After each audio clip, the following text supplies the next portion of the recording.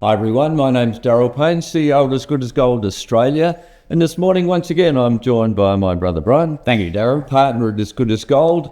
And today we interview the one, the only, the incomparable Lynette Zang. Lynette, of course, CEO at Zang Enterprises. Good morning, Lynette. Good morning, Lynette.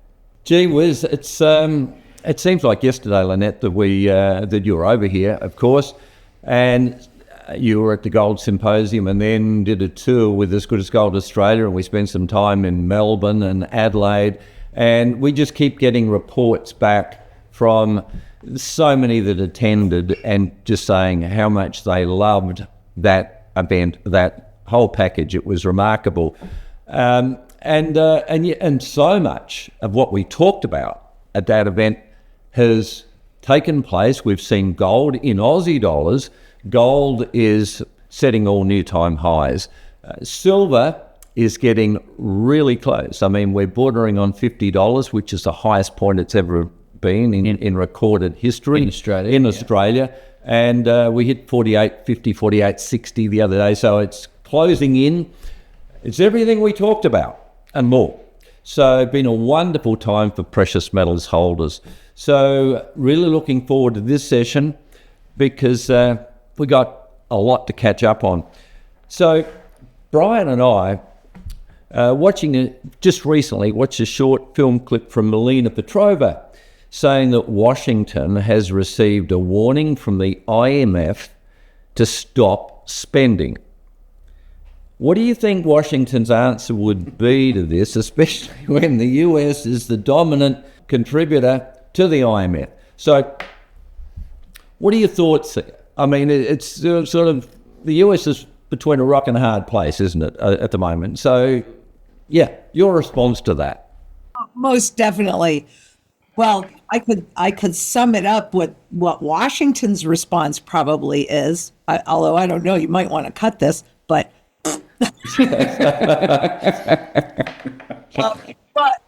but honestly, my response to that is that they can't stop spending. Because as soon as they stop spending, you know, they talk about all of this tightening, but if you look at the monetary conditions, frankly, they're as loose as they've ever been. So they cannot stop spending, or this bubble that they're trying to blow up, right? The debt bubble that has already popped. I mean, you know, those high interest rates after 40 years of a downward trend, that bubble has already popped. So all of this spending is to keep that going. They can't stop. They can't stop. Yeah. Yeah. You know, Darryl and I were talking actually only yesterday, and we were referring to this particular subject. And I said, yeah, look, they are between a rock and a hard place. The way I see it, it's either massive inflation or because if they stop spending, massive inflation, or a depression if they stop the spending. So they've got to keep the spending going. And you know, well, they've been doing that for how long now? 53 years since 71, and it's starting to catch up, isn't it, Lynette? I mean, fiat currency seemed to work like that. They had this great first off momentum, but as you spread it out and you get to those last 50 years, right, you've got some troubles coming, and there's serious trouble coming down the road. The trouble is really hidden beneath the surface. It's not what you can see that's really as much of a problem. It's all of those things that you cannot see.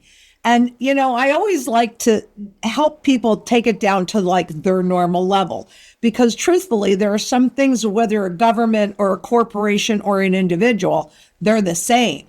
So when anybody first starts taking on debt and they go shopping and, you know, from the outside looks like they're doing great because now they have a fancy new car, or fancy new house, or fancy new clothes, or what have you. And they're accumulating that debt, and their income has to keep pace with that debt. And if it does not, well, then look at the deficits that we're running. But here's the real key, and this is, again, it's true for everybody.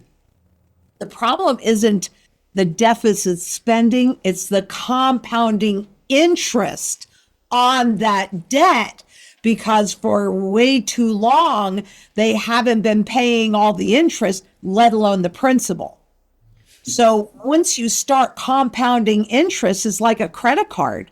Once you start compounding that interest, how do you get out of debt? You take on more debt to pay off that debt. Does that help you? Temporarily. Minute. So that's what's happening really all around the world. But the U.S. as the world reserve currency has a much greater impact on the globe and the global financial system. But certainly we Americans, I would say 99% of them have no clue about the phase that we have already entered. Though they feel uncomfortable, they feel they know that something is wrong. They keep going to the grocery store and seeing those prices continue to go up and up and up. So it's a huge problem. It's a huge problem, and it's not going away. And there's no solving it. It's going to.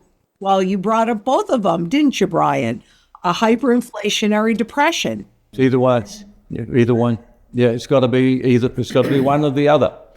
And once again, it just clearly confirms that you can get away with it for a period of time until you can't. And it's pretty scary because there is nowhere to go. It's one or the other. Yeah, that's what we've been saying for a long time. Mm-hmm. Yeah. It's it has to crash at some point. I think we're very close. Yeah. The question I have right now is really two parts, and it's still continuing on this debt level. I'm not quite sure who it was, about 10 years ago, so I'm getting too old to remember what happened 10 years ago, but I remember what this gentleman said. He said, the difference is that a government's debt is different from a household debt. I don't think it is.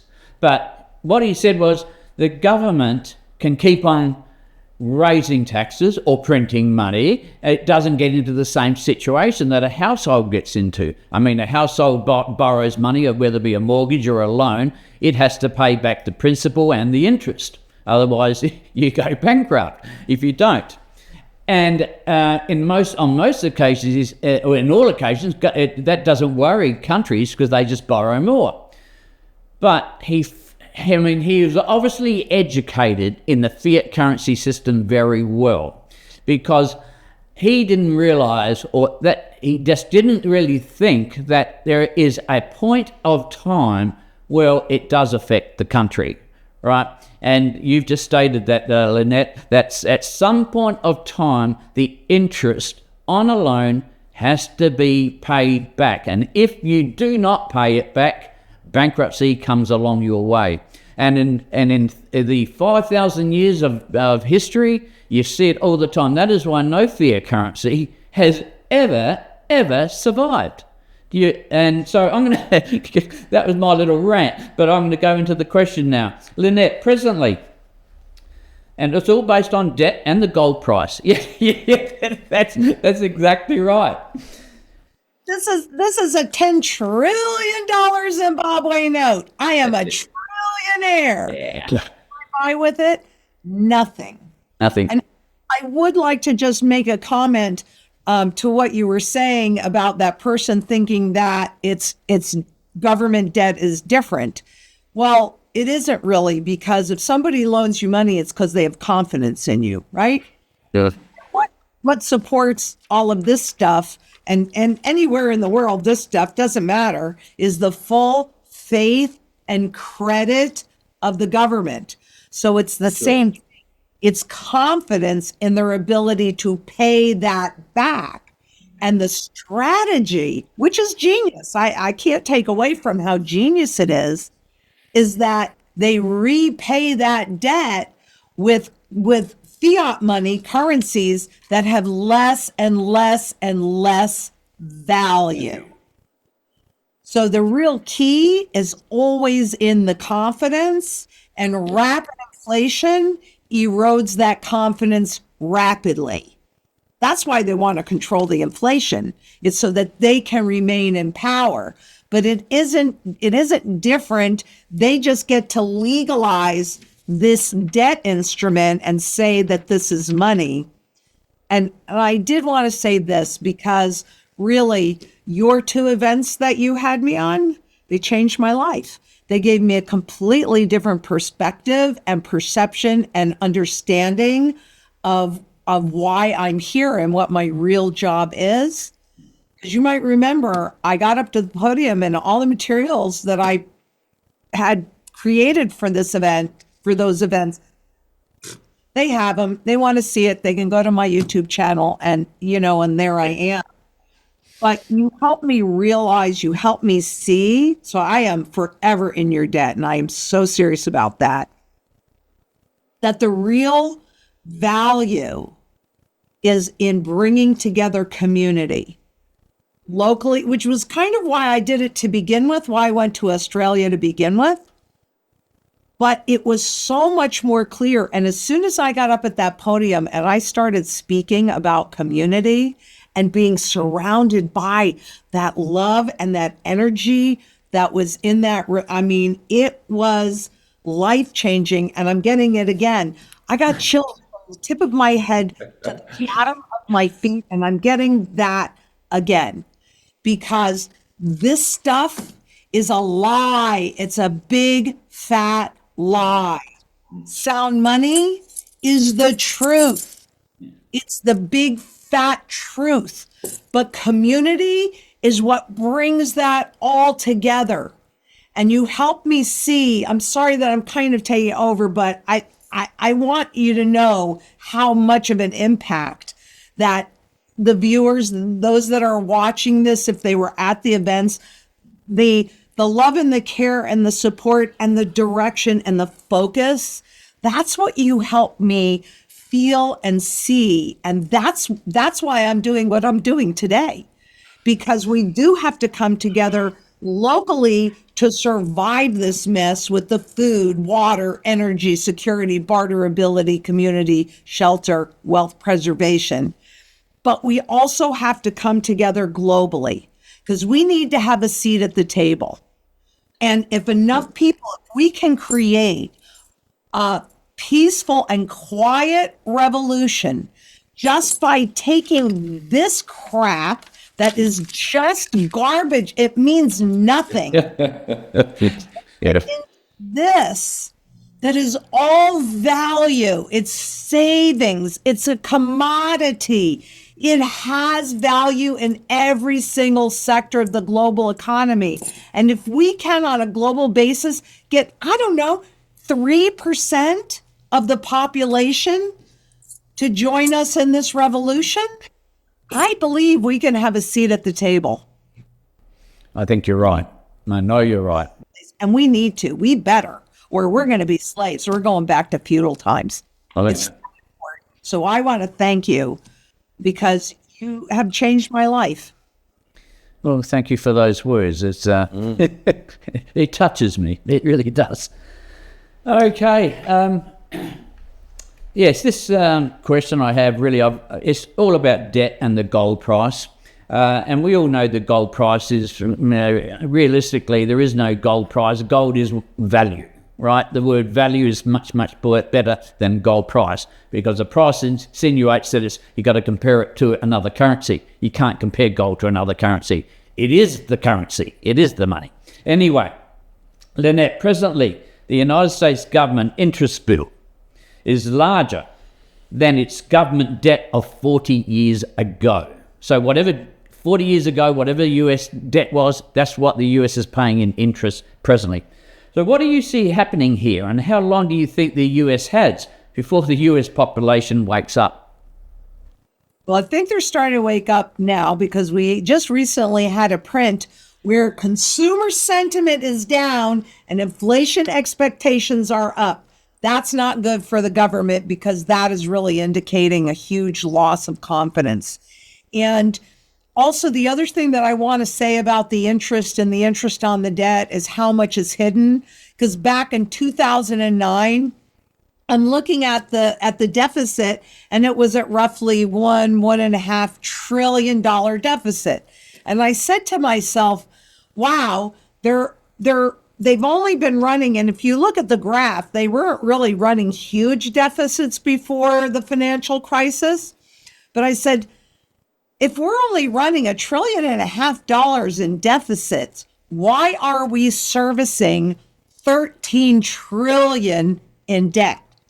And on the Federal Reserve Education Department's website, you can go back in and look at those spreadsheets. You can look at the data. So that's what I did. I went in and I looked at the data. And what I saw was that was all the compounding interest, right? Because they weren't even paying that little bit of it. But when they talk about paying the interest, oh, that's just the interest on this debt. They don't talk about the compounding interest. Yes. I think we need, maybe I'll go in one of these days and do that again and look at how much is really the deficit spending versus the compounding interest. Because I think we're at what? Officially, something like 34 trillion. Yeah, officially. Right? It's ridiculous. And the population, the income producing population, and so the taxation, well, us baby boomers, most of us are retiring. I'll never retire, I don't think. Nice. The baby boomers, they're retiring, and there is not enough working individuals coming up behind us to replace all of that. So, timing is always the biggest challenge, but I'm watching the confidence and numbers a lot because that's going to be an indication of when we are 100% out of time. But I know that we're close. And the reason why I say that particularly is because when you look at the money velocity, so the M2V, again, in the Fred, it's like my favorite website, but that's the number of times that money changes hands. And it can be an indication of how debt is stimulating an economy, right? And so that peaked in 97. And it dropped precipitously between 1997 and up until, I think, 2020, the end of 2023 or something like that, maybe the mid 2023. Now, that was much lower than the money changing hands back in 1933 during the Great Depression. But it began to spike. Now, a little blip is not pervasive. It might not mean that much, right? Mm. But when you get a big spike in that means that either you're doing super well and that debt is really making a difference, or it means that confidence is being lost. The public is recognizing the inflation and the reduced value of this. And so as soon as they get it, or within a reasonable time frame, when they get it in their hand, they want to spend it because they realize that it's not going to buy you very much shortly down the road. And that's what I believe has happened. So in my mind, I am actually convinced that, and I could be wrong, and I hope I am, but I don't think so. But I am convinced that we've already begun that hyperinflationary event, especially when you look at all the central banks going about sticky inflation. Yeah, they're at the tools and it's not working. And the monetary policy is as loose as it's ever been. And what are they going to do when they pivot? More of this stuff? Inflation, right? I forgot to bring my gun. Lynette never forgets to bring hers, I can assure you. Oh, God. I love it. Yeah. Okay, the second part, bit more about the gold price. What I find is major financial news reporters are talking about the gold price at the moment because it's on a rip and increased demand over the last few months. But none of them comment that the US debt level may be the cause. Why is this so? And could it be that India's demand for gold is skyrocketing? 8% so far this year. So what are your comments on that? First of all, it is their job to keep things hidden so nobody understands it.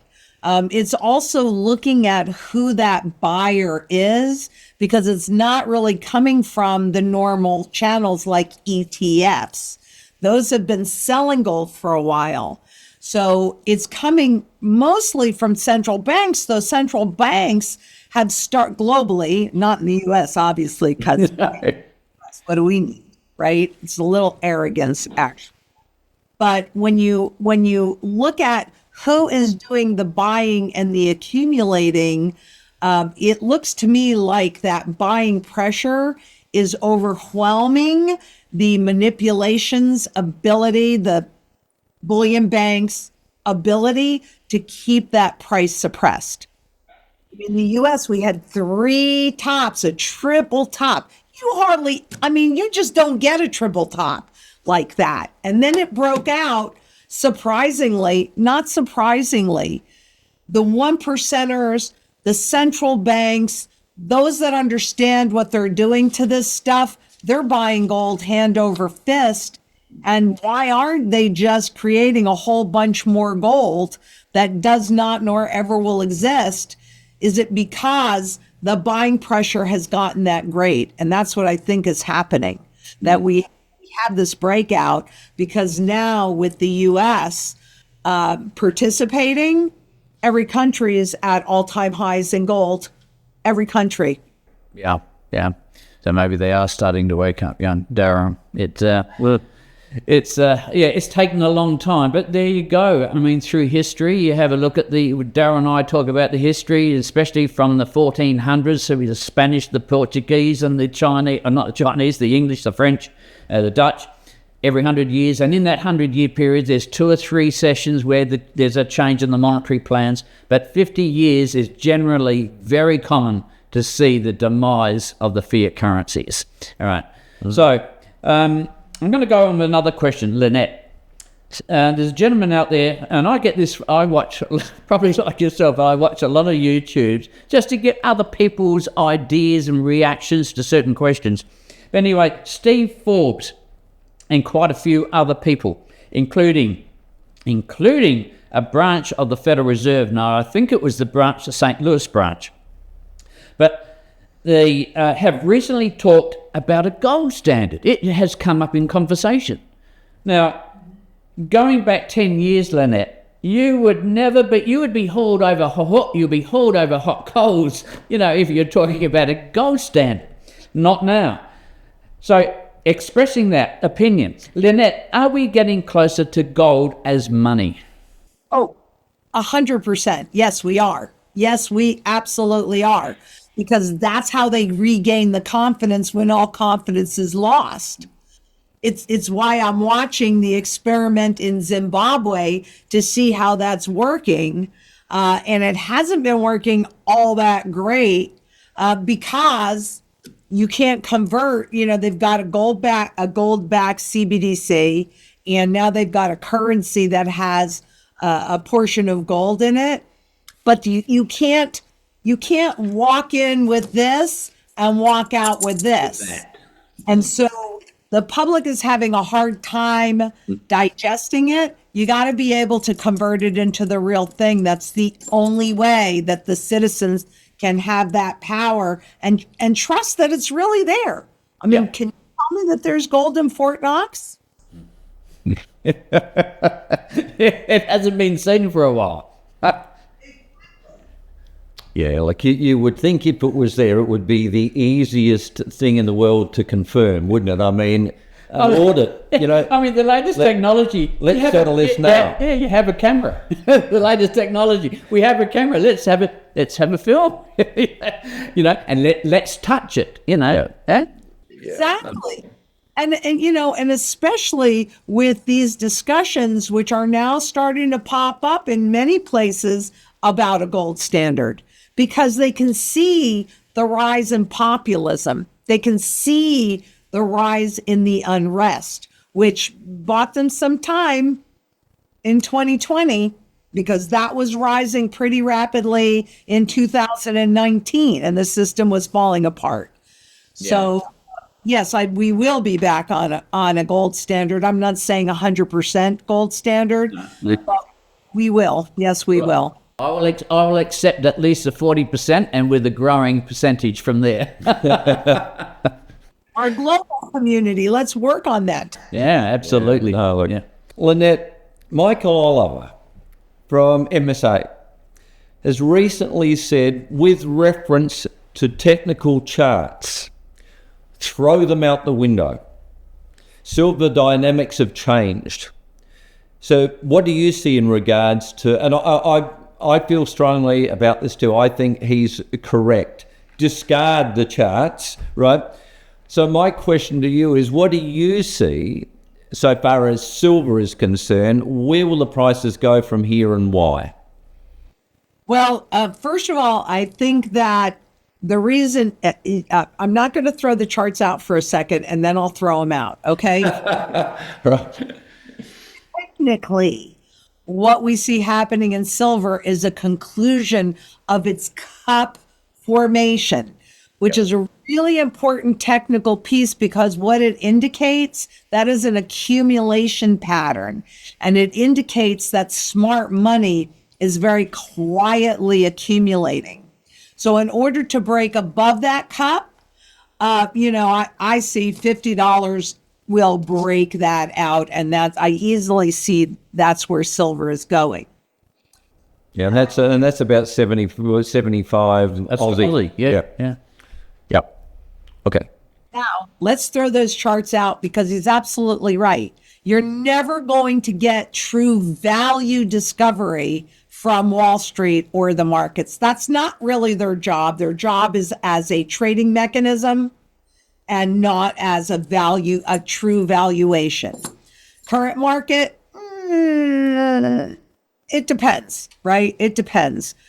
But I recently ran some numbers on fundamental values.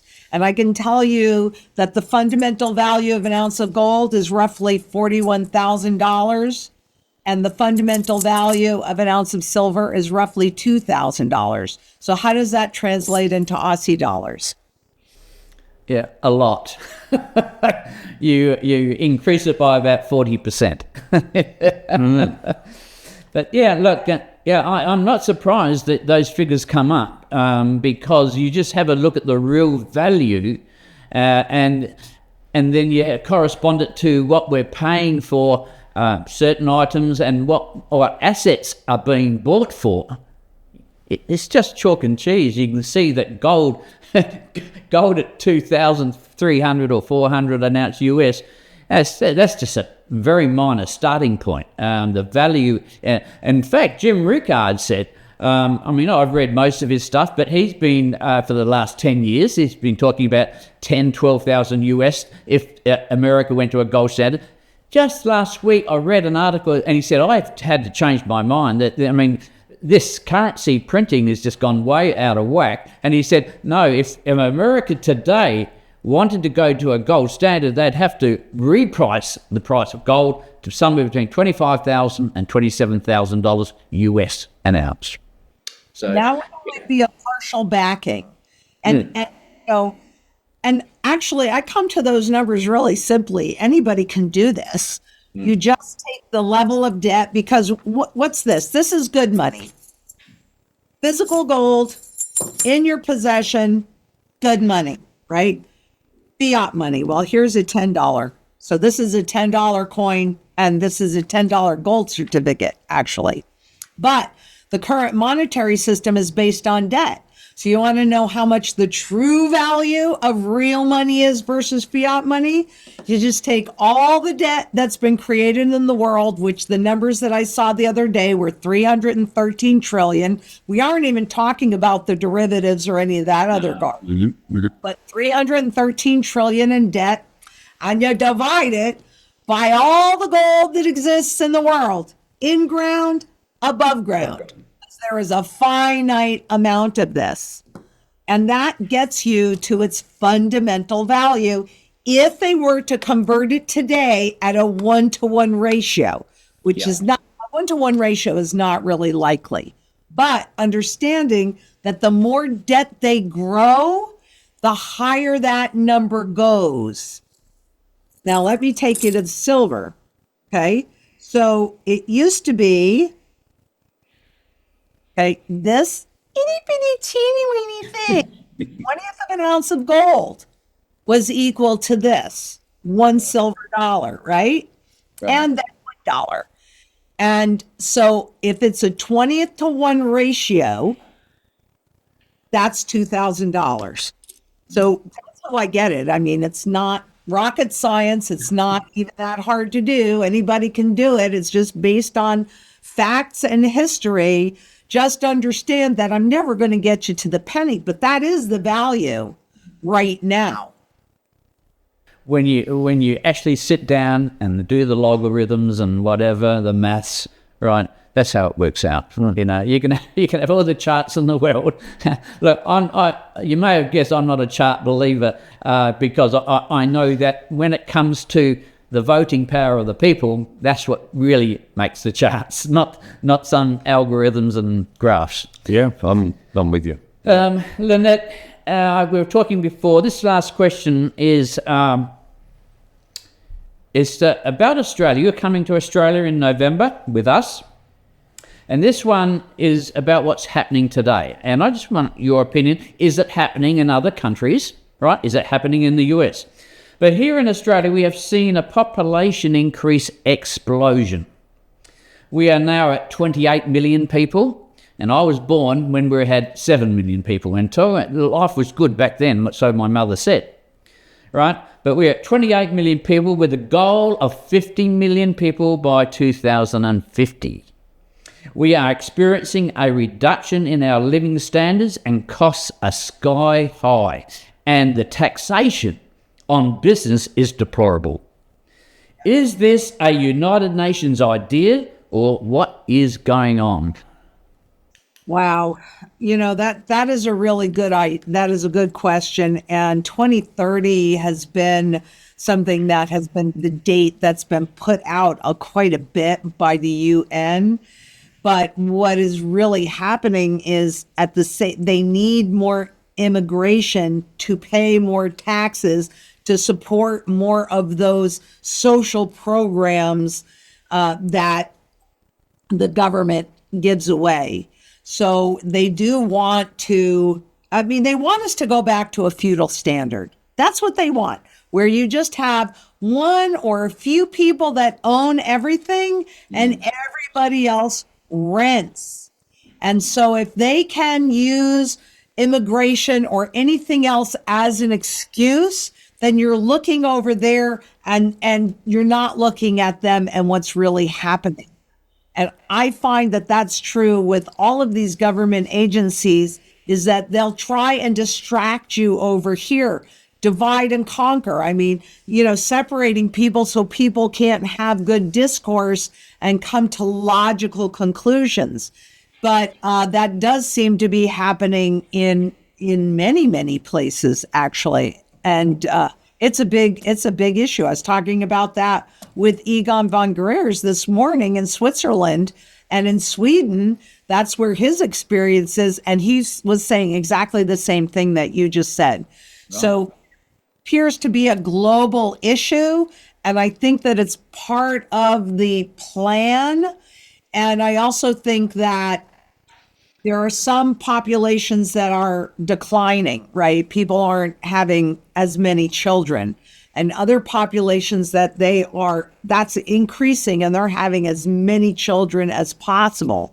I think that's part of the power shift in the world, but countries need immigrants to replace the aging population and to support the aging population. But I think it is part of a plan, absolutely. And they're talking about smart cities and all of that. And, well, yeah. I was watching mainstream media the other day and I heard a report which was pretty disturbing. And it connects with what we've been talking about just a moment ago. And that was that today it's expected a 20-year-old, 19, 20-year-old that starts work will need to work and save until this is in Adelaide, South Australia, will need to work until they're 42 years of age before they can put down a deposit on a property. Now, 42 years of age before they can put down a deposit on a property, and it would be a minimal deposit. And I compare that to myself. I had purchased 3 properties before I was 30. Yeah. Right? And it wasn't all that hard. But now you've got to wait until 42. If you were living in Sydney, you'd need to be 47 years of age before you could find, save enough to put down a deposit on a property. Interestingly enough, and as it goes, kids used to be able to rely upon, the bank of mum and dad. They go to mum and dad and say, hey, can you help us out? It's somewhat reversed. Mum and dad are now wanting the kids to stay at home so that they can pay rent so that they can help them with the mortgage. I mean, it's just a complete turnaround. Mm. And you can just see it's exactly what you said a moment ago. I mean, it's a total and absolute reliance upon the government for having or experiencing any standard of living at all. We're going to be totally reliant upon them. If we don't do something about it, we've got to smarten up. We've got to wake up. That's the revolution, right? Because equivalent in the U.S. is the American dream is dead, right? You used to think that it used to be that my parents, they were born here, but their parents came over. They had nothing. My father had nothing. I think he graduated from high school. But he worked hard. He was smart. He married my mother because she made $20 a week, and he was only so she was rich. But you could work hard, and you could buy a house. You could have a business. You could create a nice life. You could educate your children. Today, that dream is dead. Yeah. I think equivalent in the U.S. And correct me if I'm wrong, Adam, if you know the answer to this, but I think that in order to qualify for a basic house in the U.S., you have to be making a minimum of, I think, $150,000 a year, something like that, which the average wage, even with all these wage increases that we recently had, is like, I think, $63,000 or $65,000 a year. So you have to make more than twice, almost 3 times the average wage just to have the ability to qualify for a house. We're not talking down payment. It's absolutely plain ridiculous. I mean, when we do seminars here in Adelaide or in Australia, and I do it on Zoom calls as well and YouTube, whatever.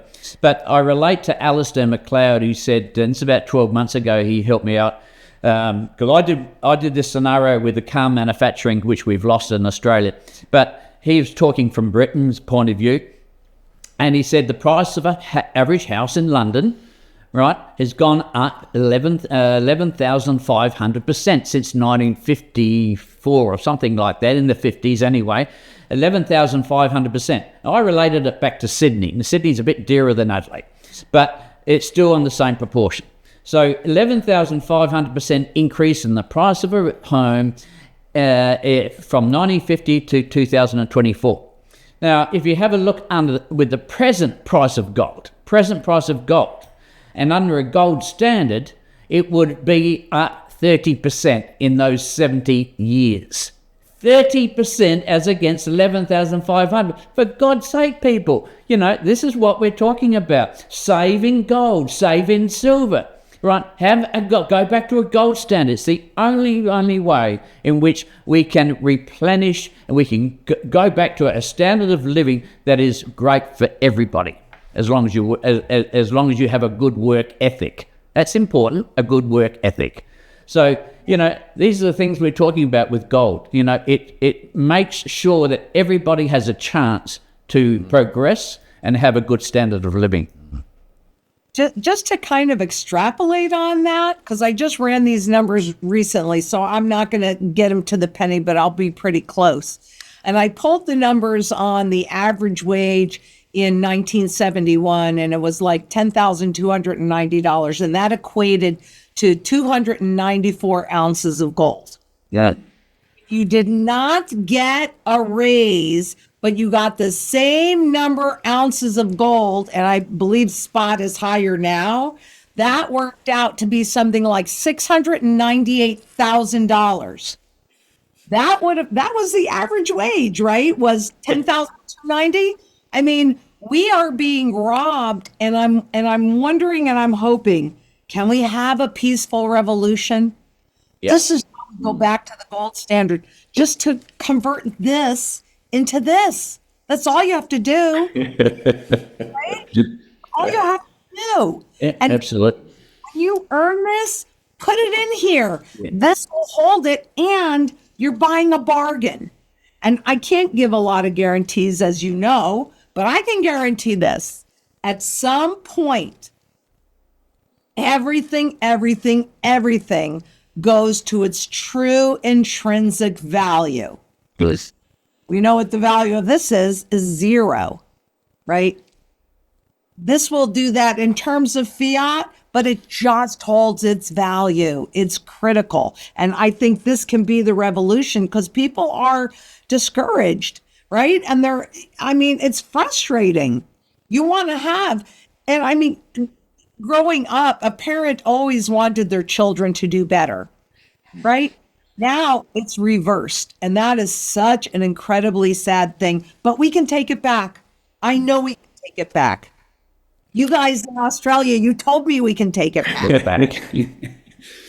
Now, look, there is no doubt we need to get the information out there. I mean, Brian and I spoke at an event a couple of days ago, last weekend. There were 5 speakers, but we spoke on the history of money and gave people a greater understanding as to the value or the benefits of owning gold.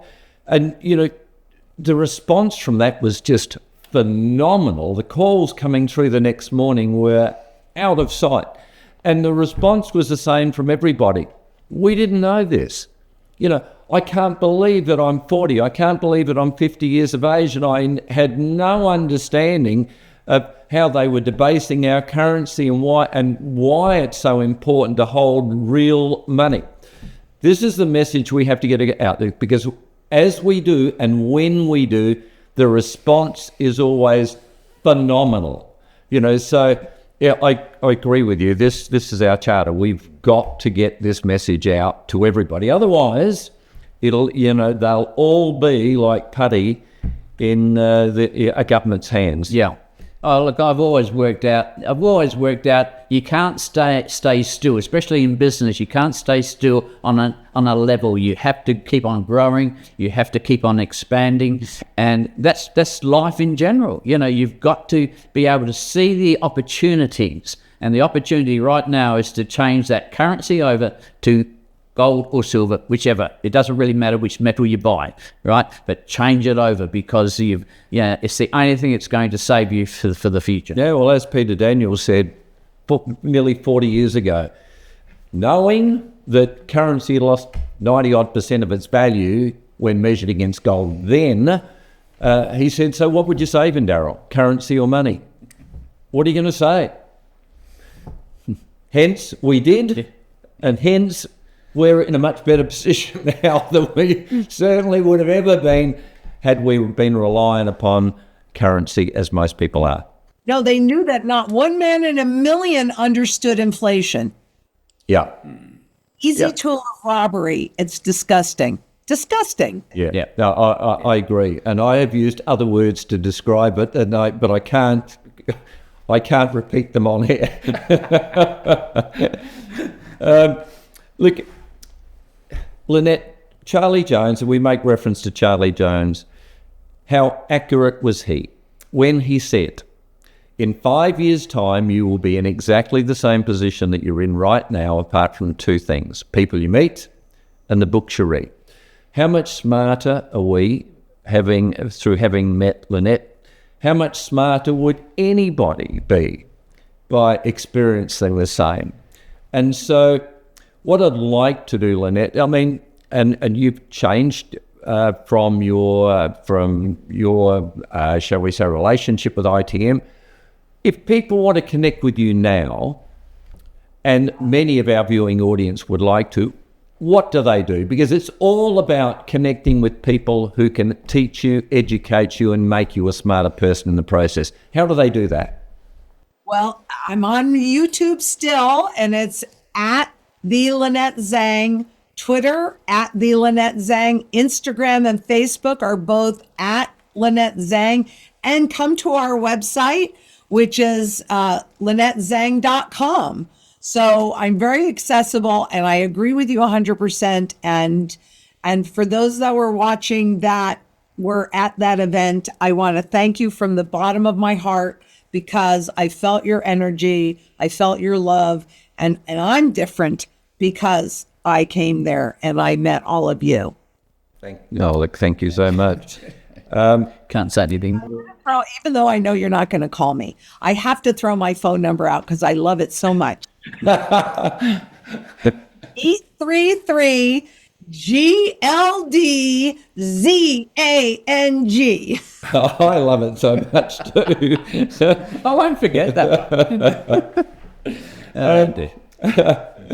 Look, a very good friend of yours, Egon von Greyer's, and look, I just love Egon. He's just a fantastic guy. And Brian and I were fortunate enough to see Egon walk out on stage after the CEO had spoken, CEO of the Perth Mint. And basically what happened was the CEO had been asked the question, how much would you invest, what percentage of your portfolio would you invest in precious metals? And he said, 5%. Of course, he said, some people recommend 10%. And he said there are others out there who might go as high as 50%, but they're on another planet. And he walked off after that. That was part of his Q&A, walked off stage. Then Egon walked on, Brian, and what happened? Yeah, so Egon walks on, and the first thing he says, yes, good morning, ladies and gentlemen. I'm Egon von Greyers, and I live on another planet. And since then, of course, when Egon has asked the question, how much should I invest in gold? His response has been, whatever you can't afford to lose. And if you've got 100 grand and you can afford to lose 10,000, put that into something else and put your 90,000 into gold, because that's where you need to be. If you want to play safe and you want to protect your position, that's what you'll need to do. Jim Sinclair, I guess if you look at Jim Sinclair, Jim would always say, become your own central bank. Why would you do that? All central banks in the world own gold. Why do they do that? Power, control, influence. And surely that's what we would all like to do as well. Become your own central bank. Because having sound money outside of the system gives you a whole lot more freedom than if you hold all your wealth in the system and they take it away from you so easily. Yeah. I've always said, whatever the banks and the governments can see, what you've got, they've got the ability to take it away from you. Correct. Everything in digital form. That makes it so much easier for them. And who are you going to call? Sure does. Absolutely. Yeah. Lynette, once again, thank you so much for your wonderful support for this channel. We really appreciate it. And as do our viewers and subscribers, we thank them also for their wonderful support of this channel. And so until next time, let's all stay well and let's stay focused. Goodbye for now. Goodbye for now.